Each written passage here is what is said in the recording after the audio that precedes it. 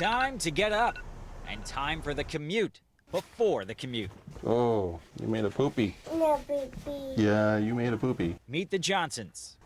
Oh, there we go. That's what I was waiting for. Gesundheit. Hey, buddy. You ready to get up? I know you're up. There are 4 kids total in this group, and Dad Eric is in charge. Do you want to check this? While Mom's away on business. Make sure I did it right. We didn't do it right. How are we doing on time? Oh, we're way ahead of schedule. We're really good. usually Dad's waking up about now. Come on, we're going. So far, so good. Out the door around 7:20. The oldest is on the bus. The other 3 need a drop-off. Buckled, and away we go. To school now, 2 kids dropped off. All right, have a good day. Back on the road to the babysitter for little Oscar. Have a good day. Bye, buddy. And now, after about a half hour of just driving around his neighborhood, Whee! And the fun's just beginning. Eric has the pleasure of driving from Vienna to his work right next to Union Station. And then my wife asked me, "Why are you so angry? I'm stressed out from all the traffic."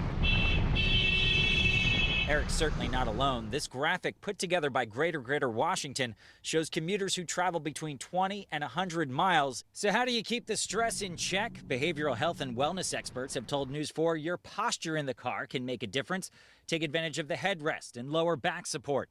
And watch your reactions, losing that race to work mentality, because your body could be negatively affected every time you honk the horn. The recommendation is to stop all that weaving, accelerating, and braking. As for Eric, he knows some back roads, but on this day, the traffic is mighty.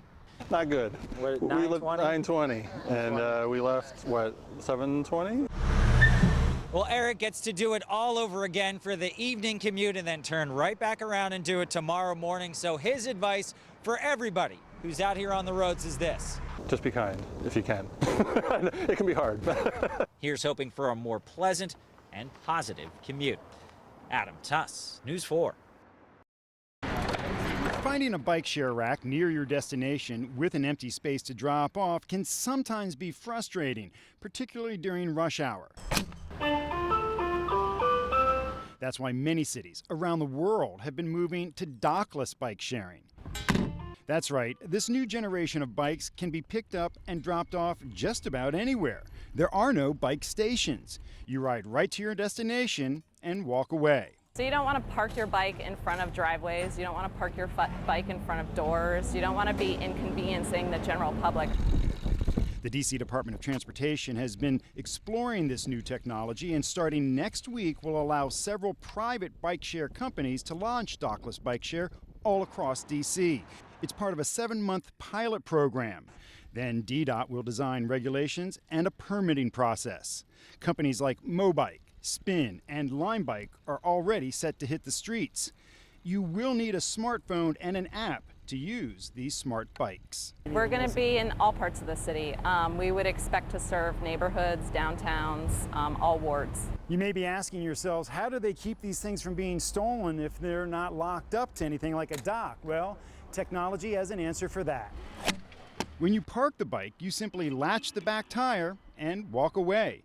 If someone tries to carry the bike away, the alarm goes off. Please, unlock me, or I'll call the police. And each bike has a GPS built in, so if they do get stolen, police know where to find them.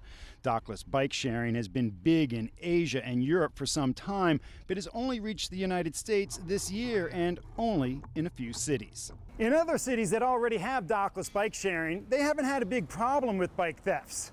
You might also want to know, how do they power the GPS, the voice, and the headlights? Well, each of these bikes has a solar panel right in the basket. You're going to start seeing dockless bike sharing offered by several companies across the district beginning next week. In Northeast, Mark Seagraves, News 4.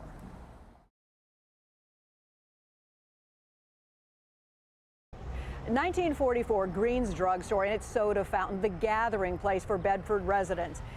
It was also where the Western Union teletype machine was located that delivered the terrible news about D-Day. Telegrams like this began coming one after the other until there were 19 in all. 19 Bedford boys had been killed, most in the first few minutes of the invasion.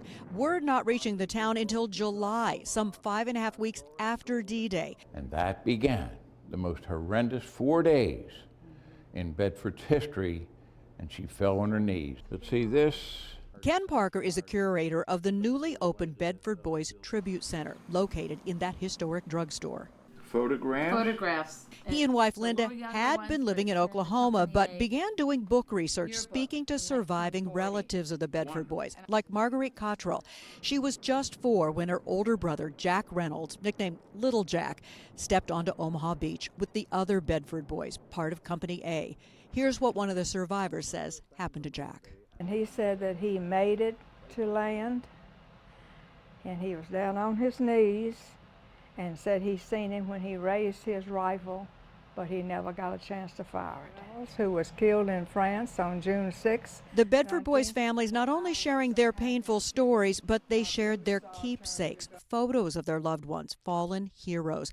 The Parkers, so inspired, they moved to Bedford and asked to use some of the items to create the Tribute Center. Our goal at the Tribute Center is to make sure that these boys' legacies will continue on, way beyond their black and white pictures on a wall. We want the children to understand these were real people and what they went through. The center's doors just opened in late April. Inside, part of the brick Main Street, Company A marched along before they reported for duty. What we have on our east wall is the Company A Bedford Boys Roll of Honor. In the cases beneath, mementos that can bring both tears and chills. And here we come to Bedford and Raymond Hoback. Photographs standing proudly as they got ready to leave Bedford. Neither Hoback brother made it home, both killed on D-Day. In another display, Little Jack's watch and the pocket Bible he carried when he was shot, bloodstains marking its pages. And of course, the letters. This one from the company commander reads, I am beginning to think it is hard to beat a Bedford boy for a soldier. And 75 years later, hard to come up with the words to properly recognize the sacrifice of these Bedford Boys soldiers. But here's how Marguerite sees it. They helped give us the freedom we have today. In Bedford, Virginia, I'm Julie Carey, News 4.